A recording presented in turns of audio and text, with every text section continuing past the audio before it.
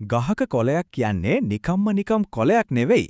ඒක ඇත්තටම සූර්ය බලයෙන් වැඩ කරන පුංචි කම්මහලක්. අද අපි කතා කරන්න යන්නේ මේ පුංචි කම්මහල් අපේ මුළු ලෝකෙම පනගන්වන විදිහ ගැනයි. හරි. ඉතින් අපි කෙලින්ම විද්‍යාවට බහින්න කලින් එක දෙයක් පැහැදිලි කරගන්න ඕනේ. මේක නිකම්ම ඉස්කෝලේ උගන්වන පාඩමක් නෙවෙයි. මේක තමයි අපේ පෘථිවියේ ජීවය පවත්වාගෙන යන ප්‍රධානම එන්ජින්ම. මෙන්න මේ ලස්සන දර්ශනය දිහා පොඩ්ඩක් බලන්න. තනකොළ කන සතාගේ ඉඳලා ඒ සතාව ඩාඩයාම් කරන සතා දක්වා මේ හැම ජීවියෙකගේම ශක්තියේ මුල එකම තැනක තියෙන්නේ. ඒ කොතනද? අන්න ඒක තමයි ලොකුම ප්‍රශ්නය. මේක ලොකු අභිරහසක් වගේ නේද? මේ තරම් ලොකු ගහක ස්කන්ධය මේ හැම සතෙක්ටම ඕන කරන කෑම මේ ඔක්කොම හැදෙන්නේ කොහොමද? උත්තරේ හිතනවට වඩා සරලයි. ඒ වගේම හරිම පුදුම සහගතයි. ඉතින් අපි බලමු ශාක මේ ආහාර හදන වට්ටෝරුව මොකද්ද කියලා.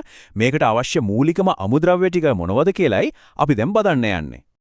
ඕනෑම කෑම වට්ටෝරුවක අමුද්‍රව්‍ය ලයිස්තුවක් තියෙනෝනේ. අන්න ඒ වගේ මේ ක්‍රියාවලියටත් අමුද්‍රව්‍ය ටිකක් ඕන වෙනවා. අපි බලමු මේ විශ්මිත ආහාරය හදන්න ශාකයක් පාවිච්චි කරන්නේ මොනවද කියලා. අංක 1 ජලය. හරිම සරලයි. ශාක තමන්ගේ මුල් වලින් පොළවෙන් වතුර උරාගෙන කඳ දිගේ උඩට කොළවලටම අරන් යනවා. මේක තමයි ක්‍රියාවලියේ පදනම.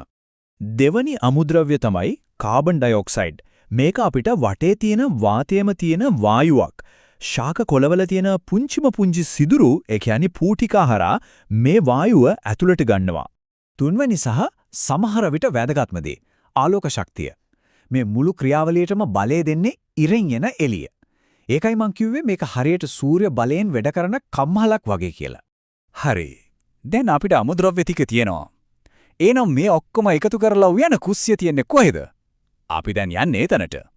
මේ කුස්සිය තියෙන්නේ කොළයක සෛල ඇතුලේ තියෙන හරිතලව කියන පුංචි ඉන්ද්‍රායිකාවක. හරියට කුස්සියක උදුන වගේ. මේ හරිතලව ඇතුලේ තියෙන කොළ පාට වර්ණකය ඒ කියන්නේ හරිත ප්‍රද තමයි සූර්ය ශක්තිය උරාගන්නේ. හරියට සෝලාර් පැනල් එකක් වගේ. ඔන්න බලන්න මේක තමයි ක්‍රියාවලියේ සරලම වට්ටෝරුව. කාබන් ඩයොක්සයිඩ් සහ වතුර ඉරේලිය පාවිච්චි කරලා එකතු වෙලා ශාකයට අවශ්‍ය සීනි, ඒ කියන්නේ ග්ලූකෝස් සහ ඔක්සිජන් හදනවා. හරි. දැන් බලමු මේක රසායන විද්‍යාවේ භාෂාවෙන් කොහොමද ලියන්නේ කියලා. මෙන්න තියෙනවා නිල වට්ටෝරු පත. මේකෙන් පේනව නේද? කාබන් ඩයොක්සයිඩ් අණු 6කුයි වතුර අණු 6කුයි අරගෙන ආලෝක ශක්තියෙන් ඒව කඩලා අලුත්ම විදිහකට එකතු කරලා ශක්තියෙන් පිරුණු ග්ලූකෝස් අණුවකුයි අපි හුස්ම ගන්න ඔක්සිජන් අණු 6කුයි හදන හැටි. ඉතින් මේ ක්‍රියාවලියෙන් හැදෙන ඵල දෙකම හරිම වැදගත්. එකක් තමයි ග්ලූකෝස්. ඒ කියන්නේ ශාකයේ වර්ධනයට අවශ්‍ය ශක්තිය, එම නැත්නම් කෑම. අනිත් එක තමයි අපි ඇතුරු මේ ලෝකයේ ඉන්න හැම සතෙක්ටම හුස්ම ගන්න නැතුවම බැරි ඔක්සිජන් වායුව. හරි, මේ වටෝරුව ඇත්තටම වැඩ කරනවද කියලා විද්‍යාත්මකව ඔප්පු කරන්න පුළුවන්ද? අනිවාර්යයෙන්ම පුළුවන්. ඒක ඔප්පු කරපු සරල ඒත් හරිම වැදගත් පරීක්ෂණ කිහිපයක් ගැනයි අපි දැන් බලන්න යන්නේ. පළවෙනි ප්‍රශ්නය මේ වැඩේ වෙන්න ආලෝකය නැත්තුවම බැරිද? අපි කොහොමද ඒක ඔප්පු කරන්නේ? මෙතනදි කරලා තින්නේ හරිම සරල දෙයක්.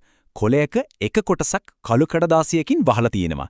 දවස් කීපයකට පස්සේ ශාකය හදපු ආහාර, ඒ කියන්නේ පිෂ්ඨය තියෙනවද කියලා පරීක්ෂා කරනවා. ප්‍රතිඵලය පුදුමයි නේද? ආලෝකය වැටුණු කොටසේ විතරයි ආහාර හැදිලා තියෙන්නේ. හරි. එතකොට කාබන් ඩයොක්සයිඩ් ඒකත් ඒ වගේම අත්‍යවශ්‍යද? අපි ඒකත් පරීක්ෂා කරලා බලමු නේද? මේ පරීක්ෂණයේදීත් ඒ වගේමයි. ඒක කොළයකට කාබන් ඩයොක්සයිඩ් ලැබෙන එක නවත්තනවා, අනිත් එකට සාමාන්‍ය විදියට තියෙන්න දෙනවා.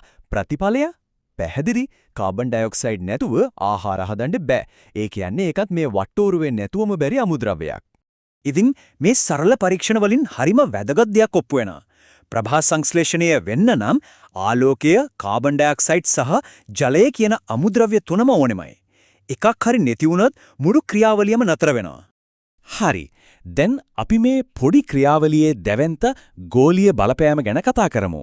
මේ පුංචි හරිත එන්ජිම මුළු පෘථුවියම ජීවියට බලපාන්නේ කොහොමද? ඉතින් මේ හැම දෙයකින්ම මතක තියාගන්න ඕන වැදගත්ම දේ තමයි මේක.